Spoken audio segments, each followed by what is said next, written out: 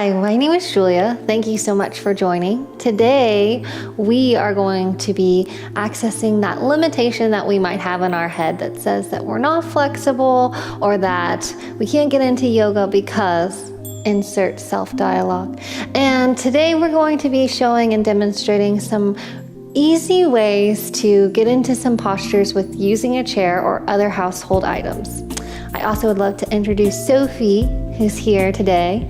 And the first posture that we're gonna do is just going to be a nice arm over the back of the chair. So you can find yourself where you're able to barely touch if you lean over. And you're going to make your feet into these parallel, I call them, whenever you learn how to ski, you wanna make not pizzas, but French fries. And pretend that this nice mat is like a box that's the container.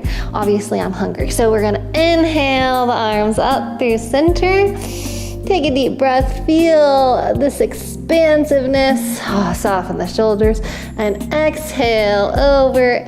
Wrap your hands onto the back of the chair. Maybe widen out your feet to mat with distance and let the body hollow out. You might feel this nice pull of your thighs, pull up towards your hips. You might bend into the knees. You can feel the inhales deepen, which is so many reasons why we do yoga. And as we deepen our breath, that can alleviate stress. That can alleviate all the symptomatic feelings that reside in our body that really stem from this mental needing to have to do it all. So as you're here, empty out that self-dialogue of cannot or having to do everything. And maybe shake your head yes, shake your head no. Feel the belly pull up and in. Release the roof or the tongue away from the roof of the mouth. And maybe smile and lift the corners of your mouth and slowly roll. As you do so, maybe bend into the knees a little bit. And we're going to do that one more time. So go at your own pace, your own breath. Inhale the arms up. Maybe your legs are already out wide and you have that French fry alignment with your feet so that your toes are facing the same direction as your heels. And you can bend into the knees and sweep the arms up, stretch up, soften the shoulders, pull the belly button back, shoot the tailbone down in between the legs. And then as you exhale, you fold over, place your hands on top of that nice chair, back of the chair, and then allow your head and neck to go. One thing to note about this is that this is very much the similar shape of your downward dog if you were on your mat without the chair.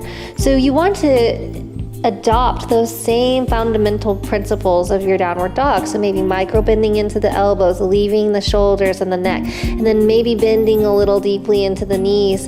And you should be feeling this nice sensation of your back of your hamstrings and also the glutes or your booty wrapping into your lower back. And as you would in your downward dog, as you would lift the hips up towards the sky and soften the belly, you can do that here too. And inhale and exhale, broadening the shoulders. And this time, instead of wheeling back up, you're also in that halfway lift. Thanks, Sophie. And then gently you can place your hands down and bring your hair and your head down and maybe allow any distractions that may occur to let go and be in the present moment. That's why we have pets, right? And begin to slowly bend into the knees and slowly roll up. Yeah. And then bring the shoulders up towards the ears, soften the shoulders. And now, thank you, Sophie, for moving. We're just going to gently move and rotate this chair. All right, a little bit to where we can bring it facing ourselves. And this is a nice opportunity I'm going to actually bring this a little bit closer. So while you set your chair up facing you, make sure that all four corners are onto the mat to really create a nice stable foundation. And be sure not to use rollers, and then also have like maybe carpeting or a mat there for the base. As we have the chair facing us now, We can make our feet hip width distance apart and pull all 10 toes away and then gently place them down, solidifying and grounding the inner arch and rooting into all 4 corners of your feet. Stack your hips over your ankles and heels and your shoulders over your hips. Inhale, reach the arms out and up. Take a deep breath in, let it go and bellow down into your belly, and then exhale, bring your hands through heart center. Bring the left leg in towards the midline and then reach that right leg up like it's on a box. Flex those toes back towards the knee, soften the shoulders, feel this nice stretch on the hip, and place the right arch onto the front side of the chair. Here, where it's important to focus on is that this left leg is rooting. You want to keep all of this side in one straight line. So as you begin to hinge forward into this nice lunge, it might be the tendency of this heel to lift, which is great why we have this back part of the chair. So as we lean forward and get really into our hips, you can come high up onto those heels and toes, but really think of this as all one unit, one plane shifting forward and back.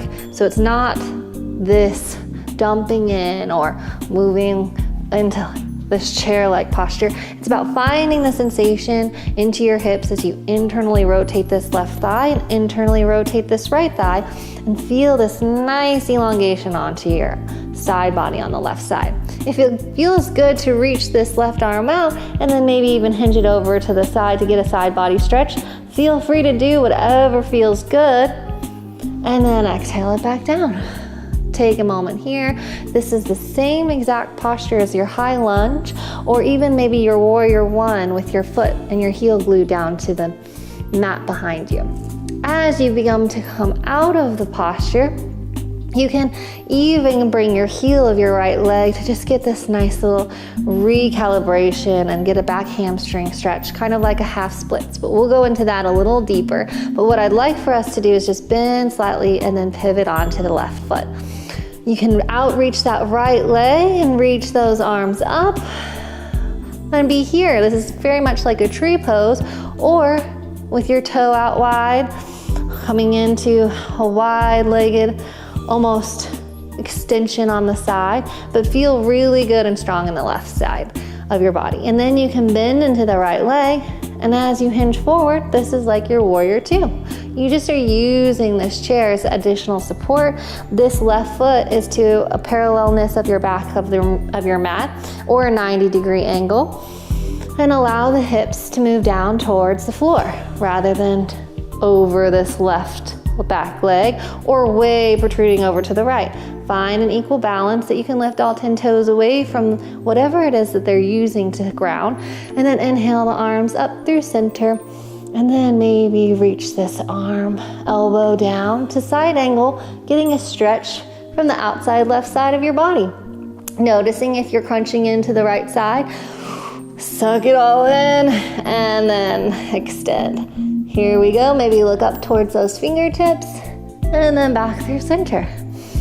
Elongate that leg again for one final little pyramid S-style expression, and then gently come out. Bring this knee to close like a book. If you'd like to work on a stabilizing tree pose, do that as your pit stop, bus stop number 2 or 3. Soften the shoulders and then gently relax that right leg down. Shake it out. Move some energy into those glutes you might be feeling in your hips, and then face the chair again, and we can proceed to the left side. So same thing, I always love to inhale the toes up, feel the belly pull up and in towards the rib cage, soften the shoulders, lower the toes, big toes, sealing in our groundedness.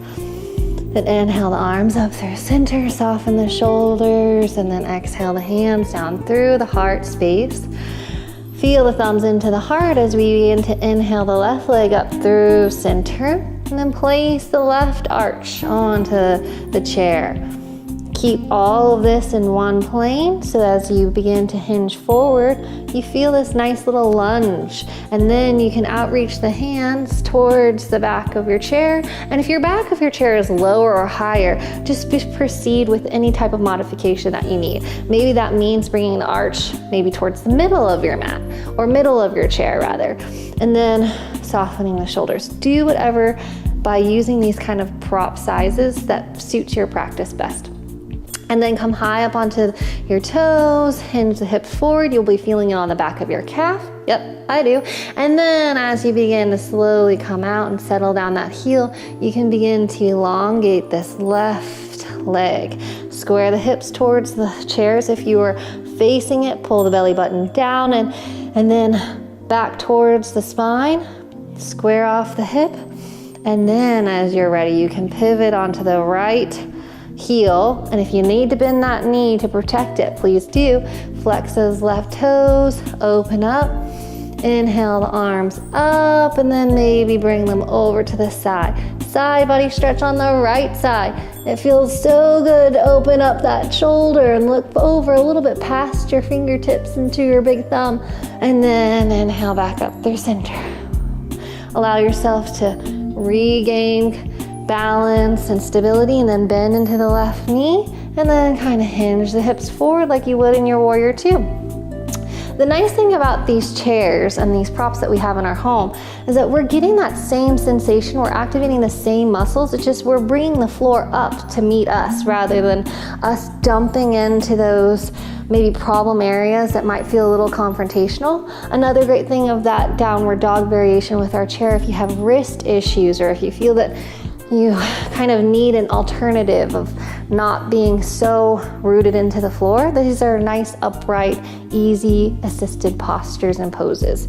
So feel good and strong into your warrior two. Begin to lift up and maybe straighten out that leg again. Maybe as you sweep here, you come into your side angle by bringing the left elbow in and opening it up, and then bringing this right side open again. And this left elbow just reinforces opening up this left knee. Look up towards your fingertips again, and then back through center. And that might just give some nice extra roomy additions to your side body.